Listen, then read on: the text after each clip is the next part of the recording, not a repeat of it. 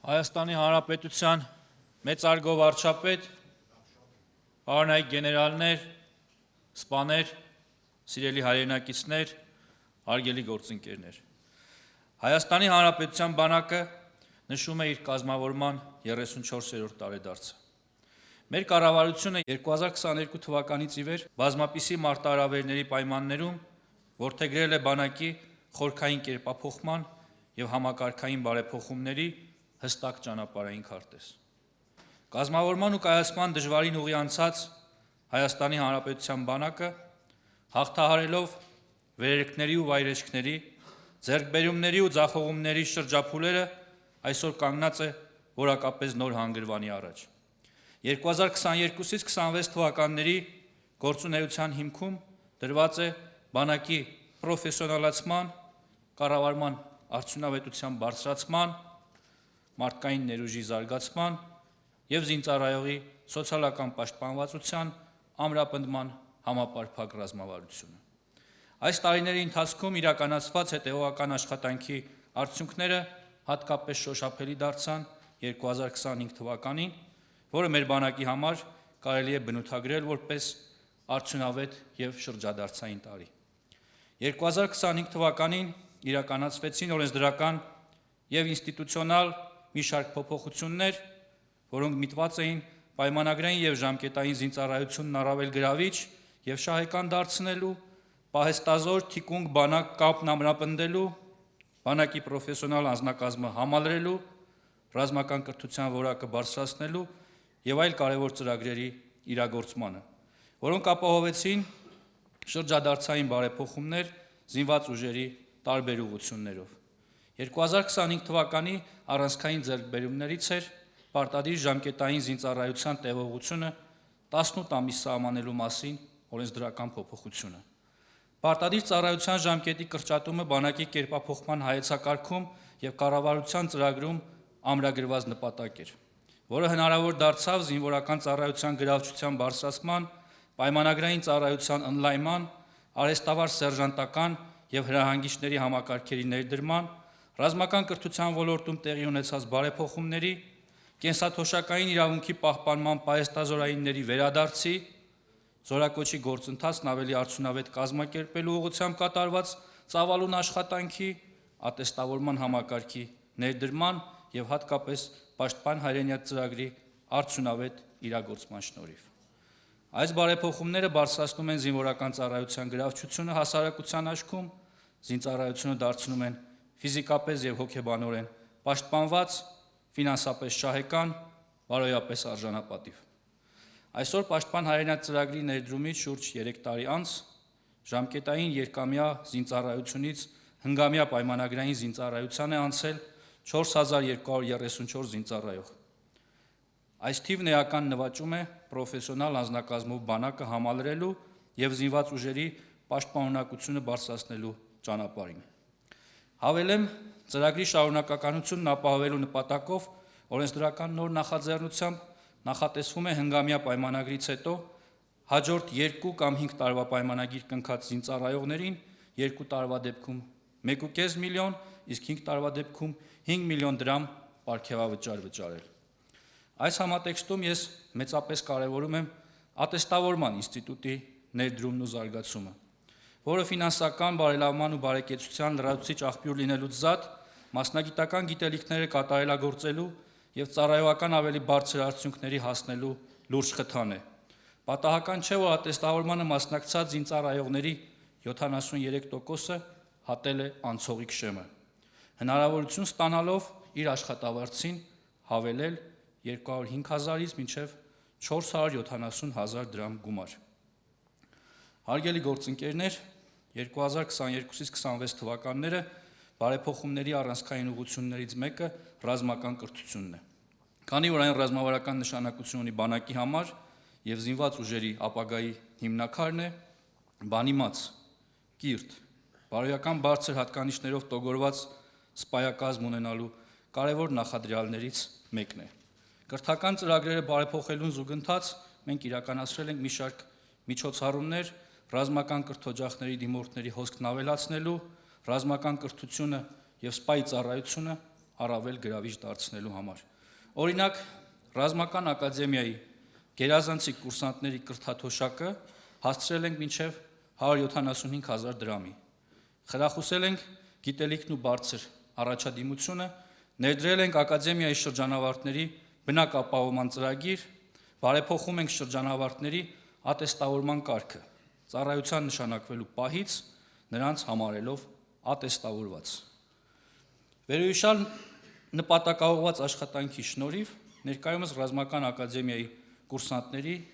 թվի էական աճ ունենք։ Մեր ուշադրության կենտրոնում է նաև Մոնթե Մելքոնյանի անվան ռազմական վարժարանը։ Կցանկանայի անդրադառնալ ռազմական կրթության ոլորտում իրականացված մի բարեփոխման ևս, օրինակ նախկինում Մոնթե Մելքոնյանի անվան ռազմամարզական վարժարանի սաները կրթաթոշակ չեն ստացել։ 2024 թվականից վարժարանի բոլոր սաները ստանում են 15,000 դրամ կրթաթոշակ, միջին առաջադիմությամբ սաները 30,000, իսկ գերազանց առաջադիմություն ցուցաբերած սաները 45,000 դրամ կրթաթոշակ։ Հարգելի գործընկերներ, սիրելի հայրենակիցներ, ուզում եմ հիշեցնել, որ Մոնթե Մելքոնյանի անվան ռազմամարզական վարժարանը դա ավագ դպրոց է, այսինքն պատանիները կարողանում են ստանալ նման բարձր կրթաթոշակ։ Սոցիալական քաղաքականության շրջանակում իրականացվել է նաև զինծառայողների բնակապահովման ծրագիր, որի արդյունքում 2170 զինծառայող արդեն ձեռք է բերել բնակարան հիպոթեկային արտոնյալ վարկավորմամբ։ Այս տարիների կարևոր բարեփոխումներից է 18-ից 27 տարեկան իգական սեռի ներկայացուցիչների համար կամավոր հիմունքներով պարտեզի ժամկետային զինվորական ծառայության ծրագիրը, որը հնարավորություն է տալիս նաև շարունակել ծառայությունը զինված ուժերում պաշտպան հայրենյաց ծրագրի շրջանակներում։ Զգալի աշխատանք է կատարվել կապիտալ շինարարության ոլորտում։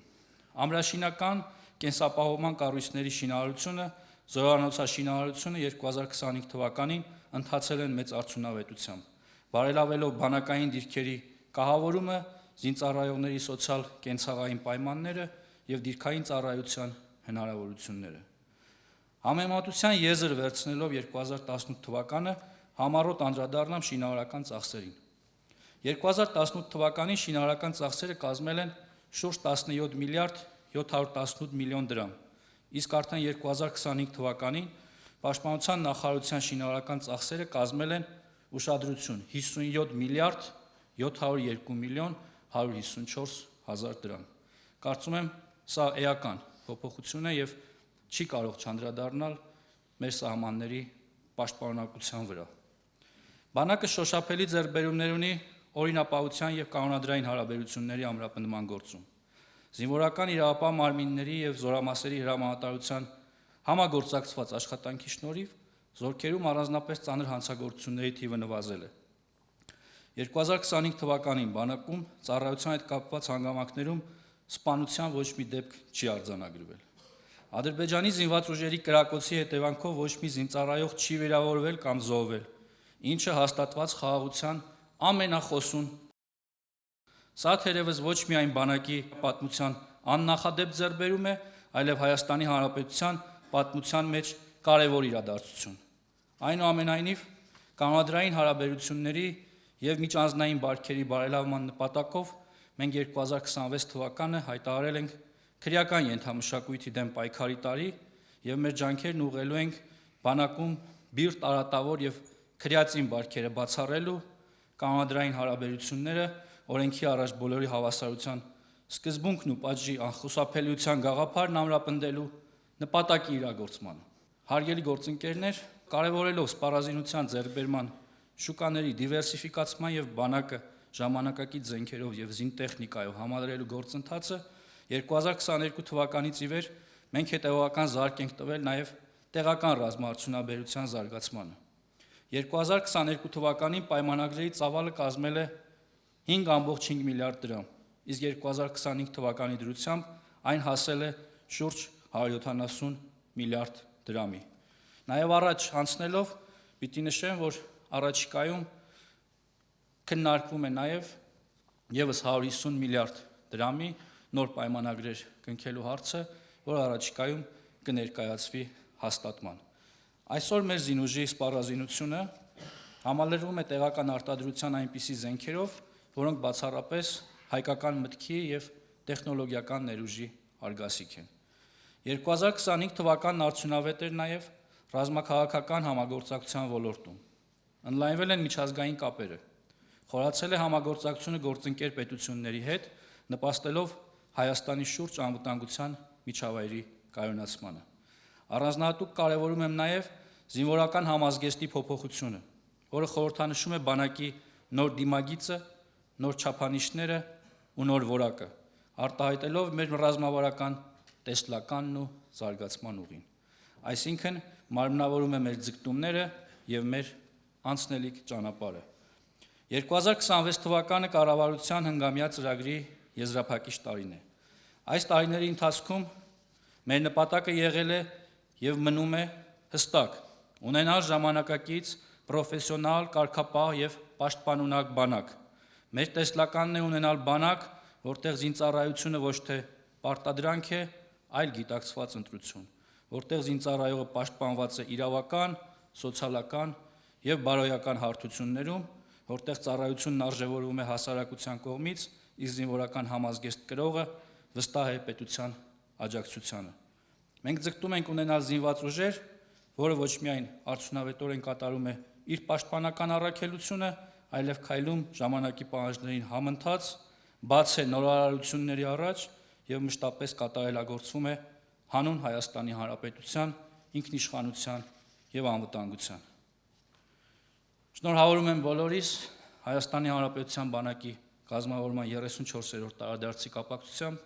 մաղթում եմ բեղուն ու արդյունավետ աշխատանք, նվիրված ծառայություն հանուն մեր պետության եւ մեր բանակի։ Սեր, բարեկեցություն եւ խաղաղություն